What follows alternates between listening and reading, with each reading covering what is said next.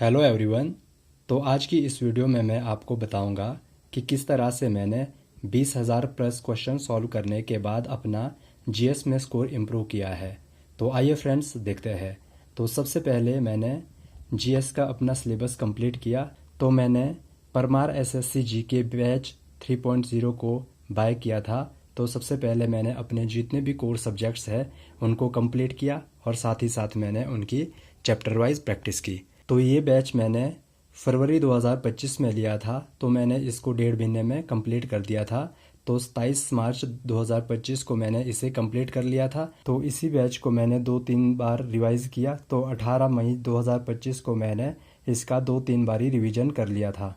तो सबसे पहले मैंने चैप्टर वाइज जो सर ने क्वेश्चन करवाए थे उनको सॉल्व किया। तो इकोनॉमिक्स में 736 क्वेश्चन करवाए थे, पॉलिटी में 618 क्वेश्चन, ज्योग्राफी में 755 क्वेश्चन, एंशंट हिस्ट्री में 497 क्वेश्चंस, मेडिवल हिस्ट्री में 401 क्वेश्चंस, मॉडर्न हिस्ट्री में 457 क्वेश्चन और उसके बाद फिजिक्स में 516 क्वेश्चन, बायोलॉजी में 709 क्वेश्चंस और केमिस्ट्री में 495 क्वेश्चंस।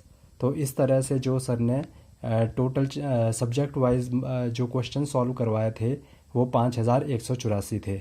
तो सबसे पहले मैंने इसको अच्छे से सॉल्व किया और इसके चैप्टर वाइज क्वेश्चन को भी अच्छे से लगाया। तो उसके बाद मैंने सब्जेक्ट वाइज पीवाईक्यूज को सॉल्व करना स्टार्ट किया था। तो आप यहाँ पे देख सकते हो। तो सबसे पहले मैंने नंबर ऑफ क्वेश्चंस लिखे हैं, उसके बाद मैंने ऑब्टेन मार्क्स लिखे हैं, उसके बाद मैंने मैक्सिमम मार्क्स लिखे हैं, उसके बाद मैंने परसेंटाइल लिखी है, उसके बाद मैंने मॉक टेस्ट सॉल्व करने की डेट को लिखा है। तो आप यहाँ पे देख सकते हो।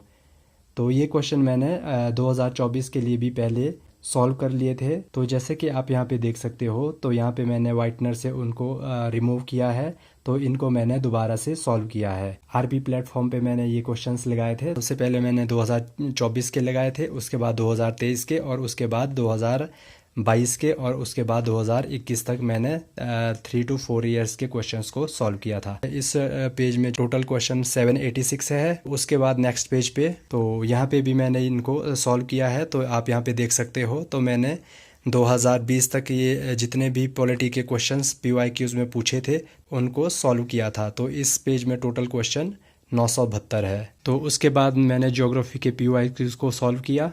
तो इसमें टोटल जो क्वेश्चन है इस पेज पे, तो ये टोटल 1486 क्वेश्चंस है।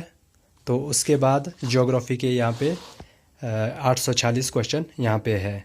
तो यहाँ पे ये हिस्ट्री के क्वेश्चंस है। तो इस पेज में आप यहाँ पे देख सकते हो। तो इस पेज में टोटल 1379 क्वेश्चंस है। और उसके बाद नेक्स्ट पेज पे हिस्ट्री के ही क्वेश्चंस मैंने यहाँ पे लिखे हैं। तो इस पेज में टोटल 1547 क्वेश्चन है। तो उसके बाद बायोलॉजी के जो क्वेश्चन है वो मैंने इस पेज पे लिखे हैं। तो बायोलॉजी के जितने भी क्वेश्चंस पीवाईक्यूज में प्रीवियस 4 ईयर्स में पूछे थे तो उनको मैंने यहाँ पे लिखा है। तो ये टोटल 1155 क्वेश्चंस यहाँ पे लिखे हैं। तो इस पेज पे जो टोटल क्वेश्चन बायोलॉजी के है वो 62 है। तो यहाँ पे इकोनॉमिक के पीवाईक्यूज को मैंने सॉल्व किया है। तो इस पेज में आप यहाँ पे देख सकते हो टोटल। तो इस पेज में टोटल 1412 क्वेश्चंस लिखे हैं और इसके अगले पेज में ही इकोनॉमिक्स के जो रिमेनिंग क्वेश्चन हैं उनको मैंने यहाँ पे लिखा है। तो इस पेज में टोटल 943 क्वेश्चंस लिखे हैं। फिर आता है केमिस्ट्री के पीवाईक्यूज। तो केमिस्ट्री के पीवाईक्यूज को मैंने यहाँ पे सॉल्व करके रखा है। तो इस पेज में टोटल जो केमिस्ट्री के पीवाईक्यूज है वो 1035 है इस पेज पे। और जो केमिस्ट्री के जो रिमेनिंग क्वेश्चन है वो मैंने इस पेज पे लिखे हैं। तो इसमें टोटल 60 क्वेश्चंस मैंने यहाँ पे लिखे हुए हैं। तो उसके बाद आता है फिजिक्स। तो जो फिजिक्स के टोटल क्वेश्चन पूछे हैं प्रीवियस 4 ईयर्स में वो 549 है। तो उसके बाद मैंने चैप्टर वाइज जो क्वेश्चन है वो भी सॉल्व किए थे। ये मैंने टेक्स्ट बुक से सॉल्व किए हैं। तो आप इनको भी यहाँ पे देख सकते हो। तो ये हिस्ट्री के मैंने चैप्टर वाइज क्वेश्चंस लगाए हैं। तो ये टोटल क्वेश्चंस 560 है। तो उसके बाद ये ज्योग्राफी के चैप्टर वाइज क्वेश्चंस है, ये भी मैंने टेक्स्ट बुक से ही लगाए थे। तो ये टोटल 320 क्वेश्चंस है। तो उसके बाद मैंने पॉलिटी के जो चैप्टर वाइज क्वेश्चंस है वो भी टेक्स्ट बुक से ही सॉल्व किए थे। ये टोटल 220 क्वेश्चंस है। तो इस पेज में जो टोटल क्वेश्चन बनते हैं वो 540 है। तो उसके बाद मैंने ये एसएससी सीजीएल 2025 के जो लेटेस्ट क्वेश्चंस है उनको भी मैंने सॉल्व किया था। तो एसएससी सीजीएल की जो टोटल शिफ्ट्स थी वो 45 थी। तो उसके बाद एसएससी सीएचएसएल की जो टोटल शिफ्ट्स थी वो 50 शिफ्ट्स थी। तो ये 7 मॉक मैंने टेक्स्ट बुक से सॉल्व किए थे। तो अगर इनको हम ऐड कर ले, ये टोटल 102 शिफ्ट्स बनती है। तो हर शिफ्ट में 25 क्वेश्चंस जीएस के पूछे हैं। तो अगर हम इनको मल्टीप्लाई करते हैं तो 102 इंटू 25, तो ये टोटल 2550 क्वेश्चंस यहाँ पे बनते हैं। अगर हम इन सभी क्वेश्चंस को ऐड करते हैं तो इनका टोटल 21,000 के अराउंड बन जाता है। तो इस तरह से मैंने 20,000 प्लस क्वेश्चंस को सॉल्व किया है और अपने जीएस के स्कोर में थोड़ी इम्प्रूवमेंट लाई है। तो जब भी मैं PYQs सॉल्व करता था प्री के, तो मेरे जीएस में कभी 7 नंबर, कभी 8 नंबर, कभी 12 नंबर, कभी 15 नंबर, तो हाईएस्ट मेरे कभी 17 नंबर ही बनते थे। लेकिन उसके बाद मैंने अपने जो जीएस के कॉन्सेप्ट्स है उनको क्लियर किया और साथ ही साथ मैंने चैप्टर वाइज क्वेश्चन लगाए, साथ ही साथ मैंने नेटो टेक्निक्स सीखी और साथ ही साथ मैंने PYQs को सॉल्व किया।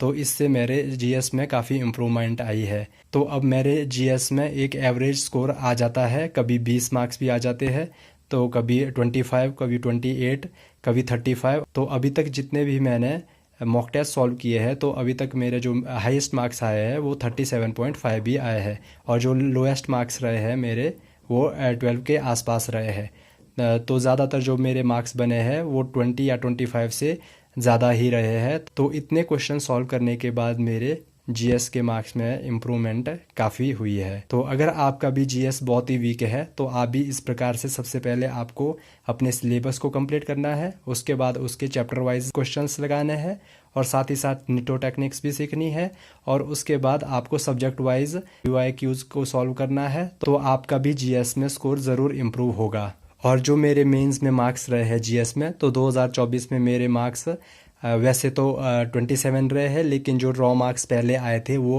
ओनली 9 मार्क्स आए थे, क्योंकि वहाँ पे बोनस मार्क्स जीएस में सबको मिले थे। तो मेरे जो मार्क्स है वो बढ़कर 27 हो गए थे और 2025 में जो मेरे जीएस में मार्क्स आए थे वो 39 आए थे। उसमें भी मैंने 2 सिली मिस्टेक कर ली थी, तो मेरे 47 मार्क्स बन सकते थे। परमार सर का बैच लेने के बाद, साथ ही साथ चैप्टर वाइज प्रैक्टिस करने के बाद और साथ ही साथ PYQs को सॉल्व करने के बाद मेरे जो जीएस है उसमें इम्प्रूवमेंट तो काफ़ी आई है। और साथ ही साथ नेटो टेक्निक्स वो भी काफ़ी इम्पोर्टेंट है।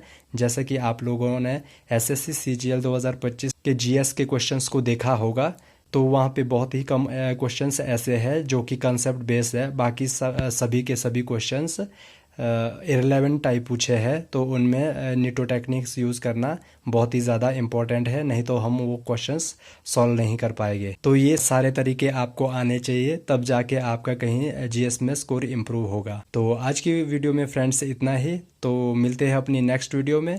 अगर आपको ये वीडियो अच्छी लगे तो आप लाइक कर सकते हो। अगर आप भी SSC CGL 2026 की प्रेपरेशन कर रहे हो तो चैनल को सब्सक्राइब करना ना भूलें। तो मिलते हैं अपनी नेक्स्ट वीडियो में, तब तक के लिए जय हिंद, जय भारत।